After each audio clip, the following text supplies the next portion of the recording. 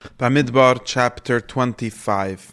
This chapter is a kind of weird chapter. I don't entirely know how to understand it in the context of the whole book or in the context of what exactly is the story, but I will talk about it and certain ideas of what it might be about. So we've understood that this is part of the third part of the book. It's part of the story of the Yidden where they're already close, they're already like sort of circling around Eretz Yisrael. And in another sense, we're already dealing, as we've seen already in the prophecies of Bilam, we're already dealing with all the nations that the people will have to deal with around them. So this is also a very important theme in the Drosha of Moshe, I think, in the beginning of Sefer Devarim, which I've been using as a way of interpreting all these stories already. So if you think of from the perspective of the people living in Eretz Yisrael, in Bayis Rishon and Bayis Shani, whenever. Now, of course, there's the seven nations, the nations that they have to conquer in order to get to Eretz Yisrael. Okay, that's one subject. That subject is not so much a subject of the Torah, it's a subject of Sefer Yeshua and so on. But now, even after they solve that problem, or if they don't solve it, whatever happens with that problem, there's still all the neighbors. There's all the nations around and around. So now there's the question of how to interact, how to deal with all the neighbors around and around. Of course, Sefer Bereshis already talks about this question. There's all the stories of Esav and Yishmael and Moav and so on. All these stories of all these nations start in Sefer Bereshis, and they end up being our neighbors. So we're not conquering them, but we have their neighbor issues. Sometimes they do start wars with us. We have Amalek, right, which is one problem. They start wars with us. Sometimes we have to be nice to them. Sometimes they're stronger than us. Sometimes we're stronger than them. There's imperial power going in one direction or the other, and so on. Now, one other issue between the nations in between, right? So now another one. Sometimes they're not diplomatically nice, right? Some of the stories we've had about Moshe asking Edom, could we pass by? And of course, these things will have repercussions or something like symbolic repetitions later when sometimes we need a favor from a neighbor and they're not letting our airplanes pass by over their airspace or whatever it is. That's a very similar idea where Moshe is saying here we're on the way to Eretz Yisrael and we have to get through it. We're not asking you, we're not conquering your land, we're going to pay you, we're going to buy your water, but sometimes they're not even agreeing to that, right? So just like there's all these kind of threats and relations with the neighbors, there's also spiritual threats, what we know in Tanakh very much as following the ways of the goyim around them, specifically in worshipping Avodah Zarah. And it seems like this story of Bnei Moav and the Baal Peor is the most significant story in the Torah, in the Chumash, which discusses something like that happening, and it also discusses some kind of solution or some kind of prototype of solution for it, and the role of Pinchas or the role of the Kehana maybe in general as solving that problem. So I think that's what is going on in this chapter from like a broader perspective of what it's all about. And we will describe, of course, the story of the Eigel is that, but this Eigel doesn't have is about the Zayzura in some sense, but it doesn't talk about them following the Avodah Zarah of the nations around them. That's something that we see a little bit in Sefer Devarim, but mostly about the nations they will come to. Here we see like after we got rid of that, we're still going to be left with Avodah Zarah of the nations around, and that's something we find in some sense later in Tanakh, more specifically, more stories about that. But this is the primary story, the paradigm story of that in the times of Moshe, where something like this happens. So what we have is like this. We have they camp, they live, they are in the place called Shittim, and this is part of Moav.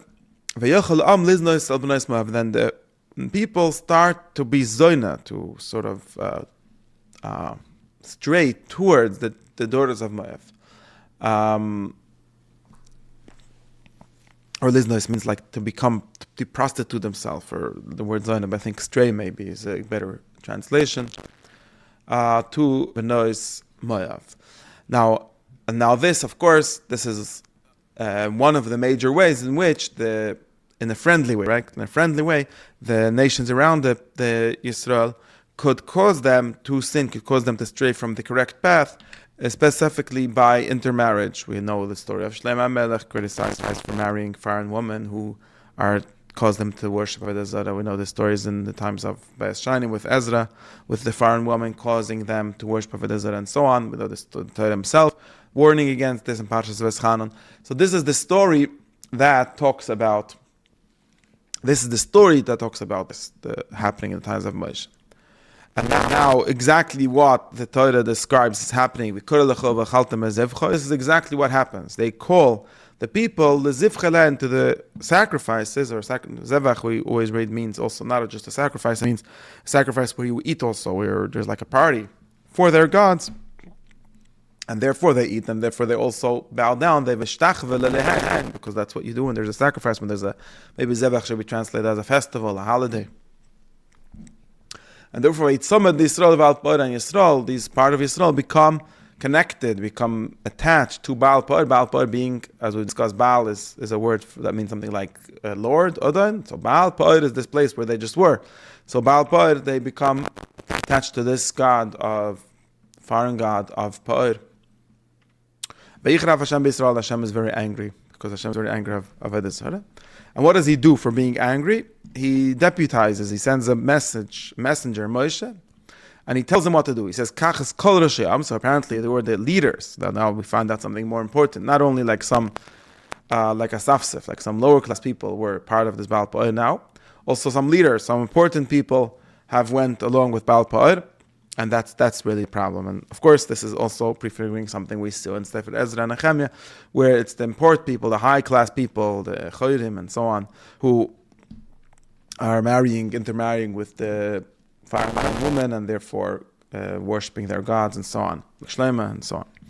And Hashem tells Moshe, take these people, the leaders, the Roshei Am, the heads of the people who are connected to Baal Peor, and spread them out, or put them out, because they hang them up, or something like that, for Hashem against the sun. And this might mean something like kill them, string them out, put them out in front of the sun, so they will be killed publicly. That's the important thing, to be publicly. Neged Hashem, which means always publicly. Tachas Hashem is like something where everyone can see, publicly. So v'yoshev Charanaf Hashem Yisrael. Hashem is himself giving Moshe the solution. Like, how do you solve the Charanaf Hashem?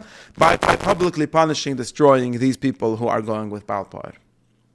And that's what Moshe does. He tells the shoftim. So of course he can't tell the leaders themselves, because these are leaders. He tells the shoftim to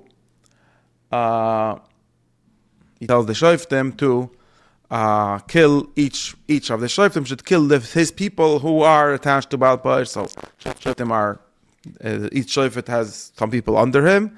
Maybe like we discussed in Parshas Yisro, right? Historei Alefim, V'Shaftes Am, and so on. Each one is charged to take care of the Baal Peor worshippers of his group, of his part. So maybe if we read like this, we could say that Hashem is telling Moshe to tell the Roshei Am, which are the shoftim, to kill the Anoshav. Maybe that's one way to read it. Okay, now there's a new story, a new part of the story. So now a man, ish usually means an important person, like we say, a high-class person, a person with power, comes, and v'yakrev el echav es ha-Midianis. He brings close to his brothers a Midianite woman. So we have talked about Bnei Moab. Now suddenly there's also people from Midian there. Apparently these are neighbors, so they're part of the same sort of the same group, the same part of people. So it might mean the same. Might be the same area or something like that. And he tells them, and he brings a Midianite. So he's publicly defying what Moshe said, what Moshe has been trying to get out. The people stop them from going with the Midianite women and stop them from following the Midianites. Following Baal Peor, is very publicly going against this, bringing the Midianites, and what they're doing, they're crying Pesach HaMoed. So remember, Pesach HaMoed is where they get together for every kind of problem, for everything that's going out. And it seems like they don't know what to do. Moshe and Adas Bnei Yisrael, which we've discussed, which means usually the leaders, the congregations, like the Sanhedrin, the people in charge, don't know what to do. And this is a situation, a very interesting situation, where Moshe and the people don't know what to do. And there's only one person who knows what to do, or another way of saying it, would have courage and does what needs to be done. So Pinchas, son of Elazar, son of Aharon, sees this, And he stands up metoich. He's the only one that stands up. They're all standing there and crying, and he stands up metoich. He's part of the congregation. He stands up. He takes a remach. He takes a spear. He comes. He chases. It's not clear what that means. It means something like the tent or wherever they were. And he stabs them both, the man and the woman. El kuvasa. So again, el akuba, el kuvasa might be a word that has a double meaning. Might be also from the same shayrish. Interesting, we had in the same parsha, just in previous the shayrish kava, right, which means a curse. So maybe it might be something like the place from where she's cursed, or her like private places which might be called that way. And that solves the problem. But now we discovered that there was a magaif, it was a plague. 24,000 people died, and apparently that's why they were crying. And that's also the charoin af Hashem. Of course, like Hashem, whenever it says in the Torah charoin af Hashem, it doesn't just mean Hashem is sitting in his house or something. I'm brooding. It means that something bad is happening, and that's what is ascribed to Hashem. Charoin af Hashem. Hashem means there was a magaif already. And now this story of this Ish Yisrael bringing the Midianites is apparently just one example of the people, maybe the Rosh Am, who are going to Baal Peor, who need to be killed, but it's very hard. They need courage to go against someone important, against a high-class person, against an elite person. It's not a simple thing. And Pinchas was, of course, also an elite. He's the son of Aharon, son of Elazar, so the grandson of Aharon. He has the courage, he takes the initiative to do that, and he kills these people that need to be killed, and that stops the Charon of Hashem, and that stops the Magaif. And he was the only one who was able to do this, and for this he gets a prize. And it's very interesting that the Parshas Pinchas stops the story here, ends here, but really the chapter is in this case right. This is all one long story, and Hashem tells Moshe, Pinchas ben Elazar ben Aharon he has brought back, taken away my anger from the people. The Kanes Knisi, by angering my anger, he's been angry for me. He did what I did, and because of him, only because of him, were the rest of the people stay saved. So the Magafa stopped because of him, and therefore he gets his reward. Give him as Bris Shalom, give him my covenant of peace. Now, what is this covenant of peace? I think it explains himself. What is that? That will be for him. We'll give this covenant will be for him a covenant of kahuna. So in other words, Pinchas will be inheriting the kahuna from his father Elazar, who got it from Aharon. This, of course, there's a big question here, because it seems like we already know that Aharon get the kahuna and is giving it to his children. But it seems like there's different ways of understanding this. But it seems like, at least from this story, it seems like the question of the succession after Elazar. We already know that Elazar was succeeding Aharon. We learned that before, but there seems like the question after that was not solved, or maybe at least there might be different children of Elazar, and maybe not all of them. But Pinchas, by taking this initiative, got this reward of becoming the Kohen, Bris Kenas Olam, forever his family. And just because he Tachas Ashken Love and repeats, because he did his anger, he took the initiative of fulfilling God's anger, of doing, and by that, and saving the rest of the people from being destroyed. So that's the story of Pinchas. The end of this chapter is just giving a note of the names of the people that he died and were killed, and that shows us what was the courage of Pinchas, what wasn't said before. It's interesting, and this is a specific style that the Psikim do sometimes. They give a story anonymously, and then they say who that was. It might be deliberate, like Pinchas didn't really care who they were. He just did it because these are some people causing damage to everyone else, right? And he's going to take the initiative and do that. But in the end, we get this note. Of course, we have already Pinchas' names. We know exactly who he is. We get also the note of who this is. The Ish Yisrael was Zimri ben Suli, and he is the Nasi Veis Av Shimon. He's the leader of a Beis Av. It might not be the whole Shevet Shimon, but a Beis Av. We discussed one group of families of Shevet Shimon, so he was an important person. And the woman who was killed from Midian, her name was Kozvi Bas Tzur, who was, and this Tzur, her father Tzur, we'll see later, we'll meet him later, also in the story of the war with Midian. He is Rosh Imais Beis Av. He is also the leader, the head of a family in Midian. So both of these, on both sides, these were high-class people, and Pinchas was not afraid. He did what had to be done, even for that. And now we have a mitzvah from Hashem, and this shows us also that this whole story, I've made an audio, Mechemes Midian, the command from Mechemes Midian, the mitzvah, of course, it's interrupted by the census in the next chapter. But this shows us that this whole story is not, like I said, it's a spiritual story, but it obviously has some kind of meaning here. It obviously has some kind of,